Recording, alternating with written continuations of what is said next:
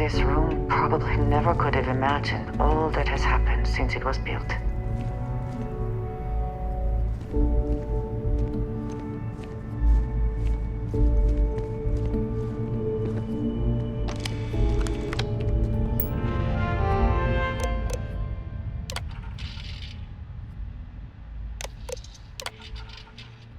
Station log. Dr. Judith Tatienne. The recent delivery from Mars is unsettling.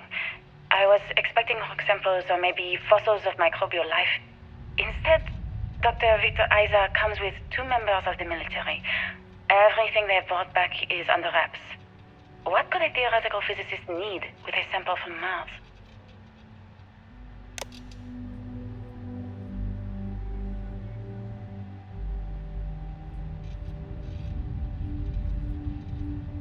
Station log. Dr. Judith Tatienne. I've been trying to cozy up to Dr. Isa, Victor, to see what is going on. His team has completely commandeered one of the labs with those 2 military handlers, checking who comes in and out.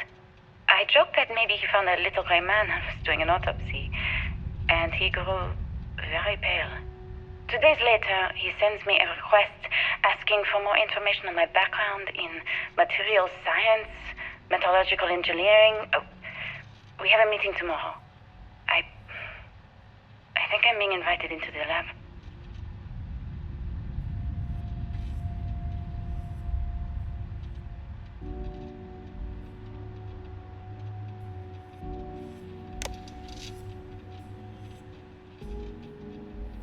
Station log.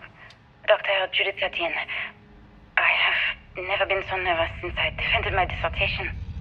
4 hours talking to Victor and his team about theoretical metals, atomic bonding, even a half-hour divergence into magnetism that I'm pretty sure was just to throw me off the trail of what we were actually talking about.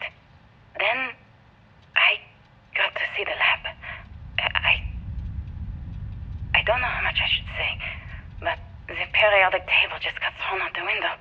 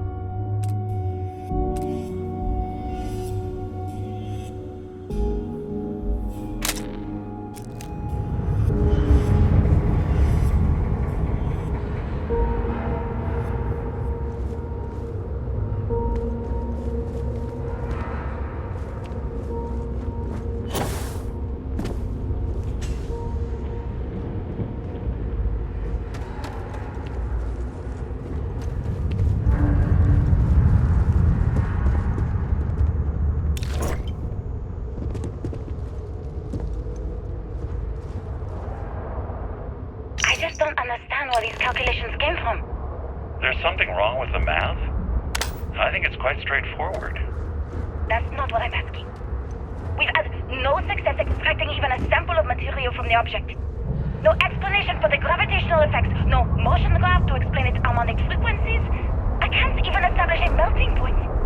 Judith. But you've had me building these prototype colliders for months. And now you want me to pump helium-3 into it based on this equation you've written on a goddamn napkin? I just need you to trust me. I have been trusting you. We keep slamming our heads against a brick wall, getting nothing. And you keep coming up with something new to try. Like, you know what's going to happen. Where are you getting your information, Victor? I'm sorry, Judith. Look, not here, okay? Somewhere off base. I'll tell you everything. But I'm not lying, okay? We're going to discover something important here. I promise.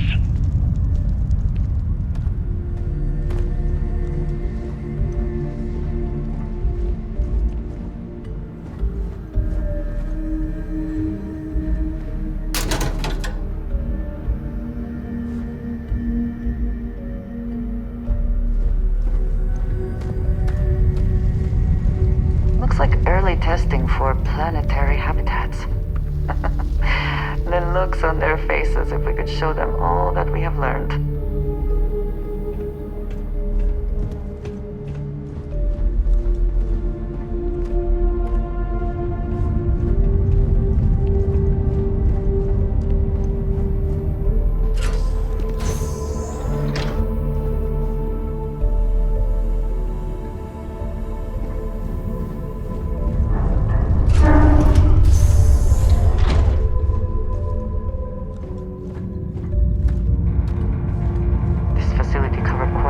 Of disciplines, but time has not been kind to it.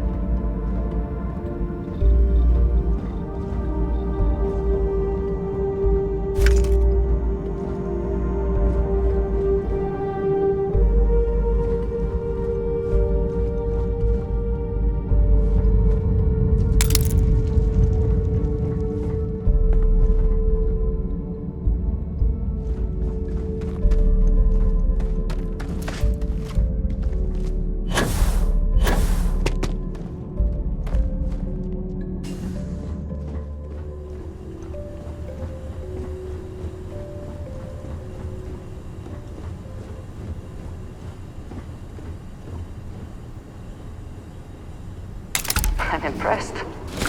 I could not accomplish that.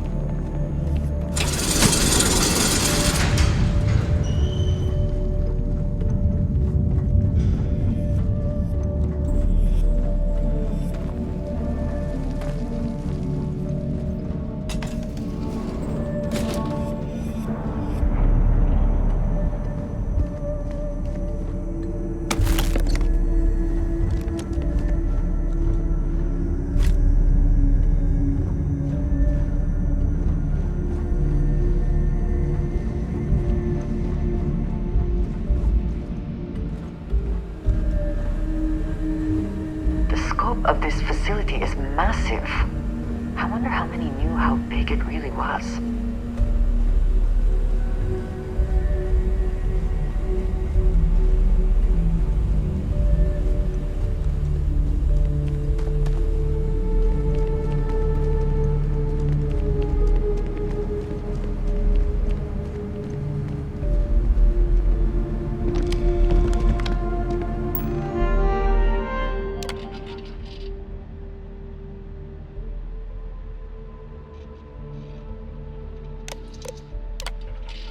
Project log. Dr. Victor Isa. We turned on the prototype today. The gravitational field around it began to fold as we long suspected.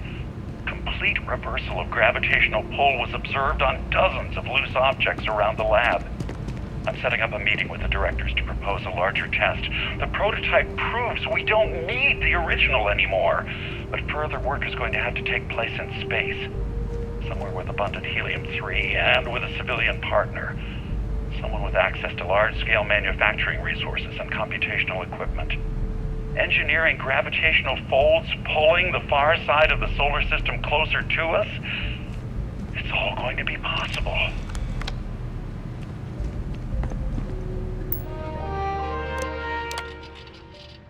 Project log. Dr. Judith Tatien. I watched the gravjet tests from the moon today. It was the first time we were able to talk to the team at Nova Galactic directly. So many things were under wraps before, but now everyone wants all the publicity they can get. I'm already seeing proposals for manufacturing hundreds of drives, expeditions to Alpha Centauri and beyond.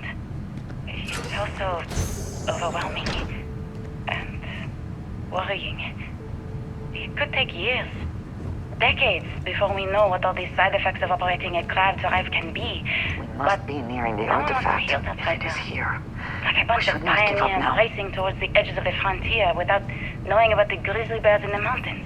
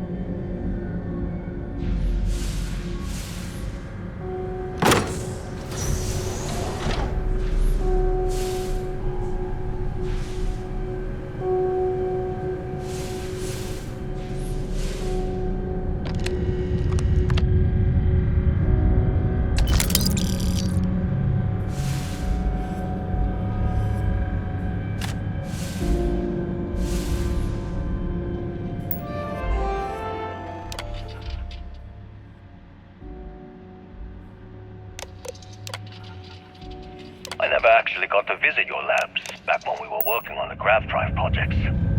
Seems like ancient history now. Only thing we're doing these days is launching weather satellites. Guess this is as good a retirement as any. Now, Project Demeter, you want our help manufacturing scanners to better track these new meteorological patterns we're seeing. Our guess is that the poles might be naturally shifting, causing some gravitational fluctuations that are throwing off our old models. Why do you need the scanning tolerances to be so small? What are you trying to find? I just want to be sure. It's not like we're doing much these days anyway. The glory days are over. Why not give ourselves a challenge before they write us off in the history books?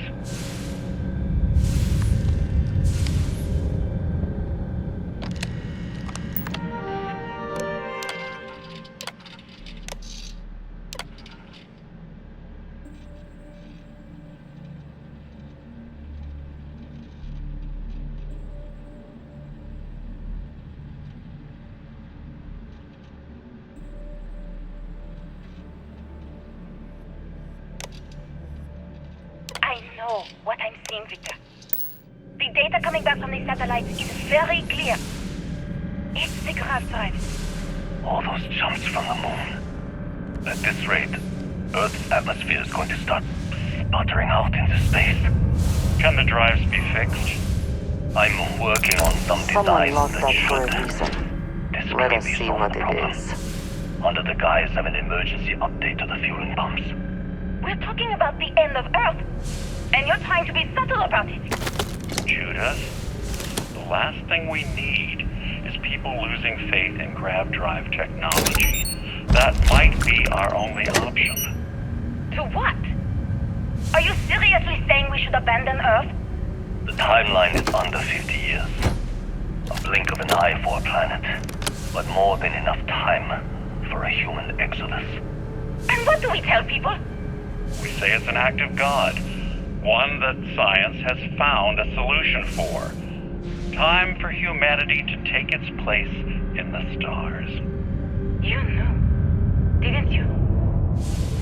You lied to me. All this time. I dedicated my life to this discovery, Victor. And you knew we were going to kill off our planet? You haven't seen the future I've seen. There's an infinite expanse of promise out there. A meteor could hit Earth, a plague, another world war. Colonizing other galaxies secures humanity's future for all coming generations, across all time. At the expense of our home. Stop it, both of you! All that matters is building enough ships to get everyone off this planet. And we need to start now. I'll draft up a statement. We'll need to address the entire international community. I'm sorry, Judith. There isn't a planet in this universe that will be far enough away from you, Victor. We are never speaking again after this is over.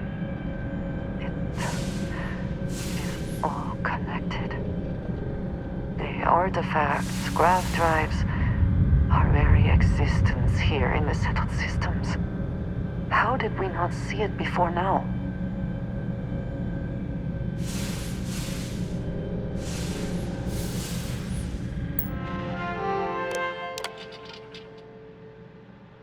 My name is Dr. Victor Isa. And if you're listening to this, then you probably already know the truth. I was young when I first headed the retrieval team of an odd gravitational anomaly on Mars. But I kept what really happened that day hidden from everyone except one other person. Even she didn't believe me at first. But I have no reason to lie to anyone now, so I hope you'll accept this confession, whoever you are. When I touched the anomaly, I experienced 12 days of lost time. I met myself. He told me everything that has since come true. The grav drive equations, the tests on the moon, Earth's atmosphere sputtering away because of what we had done. But he also told me about a city thriving on a planet orbiting a distant star. Human culture, art, music, lifestyles evolving and shining brightly across all of space. What price would I be willing to pay for that future? Maybe you don't believe me. Maybe Judith was right and I'm just a coward who wants to believe his mistakes were justified. But everyone has forgotten about the real origins of the grav drive. This artifact from Mars. I hope you make better use of it than I did.